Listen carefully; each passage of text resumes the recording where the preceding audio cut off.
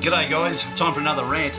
Actually, this gas coal seam fracking that's sweeping the world and going to poison everybody's waterways. There's a way to do it to fix this. Back in 2001 in Victoria, I was a union representative for a factory where they were going to shut it down, and another factory which would have cost 1,000 people their jobs.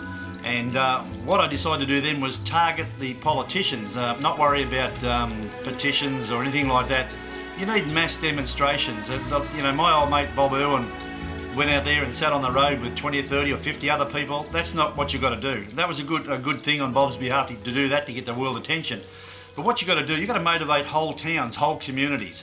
And that's what I did back in 2001. Here's just one of the pictures. I started with a protest rally of 1,000 people.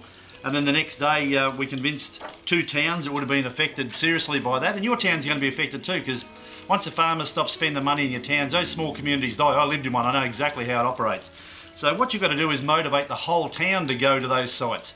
Thousands of people, just look at, there's another one there. 7,000 people we got together and we marched. We shut down every school, we shut down every business in the town. They all voluntarily done it because I realised if you do nothing and leave it to a few, you're going to get done like a dinner.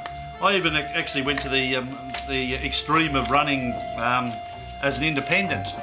It was never ever going to be to go through, but I targeted 3 seats. I ran against Sophie Mirabella, she is now, Sophie Panopoulos she was then, and it was just to get attention to the act. Now I think if you can get some people, you know, the likes of Drew Hutton and that, to stand against some of these people in these seats that are doing nothing about it, and there's a state election coming, so everybody's going to be wanting to raise their profile, so you should pull them into this blue and find out where they stand and get them marching with you, standing with you at protests, because if they're not willing to do that, they're going to sell you out when they get into government. So the simple thing to do is target seats. So if you've got 3 seats that are very close together there in Queensland, target those 3 seats. You can bring down a government. If I brought down the seat of Murray, the seat of Farrer and the seat of Indi, which was a real possibility, we could have brought down the Howard government, the entire federal government. That's what you've got to do. You've got to motivate communities, entire communities. You've got to hold public meetings in small towns. You can get everyone there because it's a small town, people will listen. Very hard to motivate a city like a Melbourne or a Sydney or a Brisbane. A country town, 10,000 people, 20,000 people, you can hold big enough demos in the main street, the main shopping mall, and convince people it's in their interest to protest with you, and then go there en masse to these sites. If they want to arrest 10,000 people, happy Christmas, they're going to have full jails, they wouldn't be able to process them. You type the entire Queensland Police Force, or New South Wales Police Force, or Victorian Police Force. They're moving into Victoria now. I know they're in the King Valley, the Ovens Valley. I heard there's a well at Mocowan, very close to where I come from in Victoria.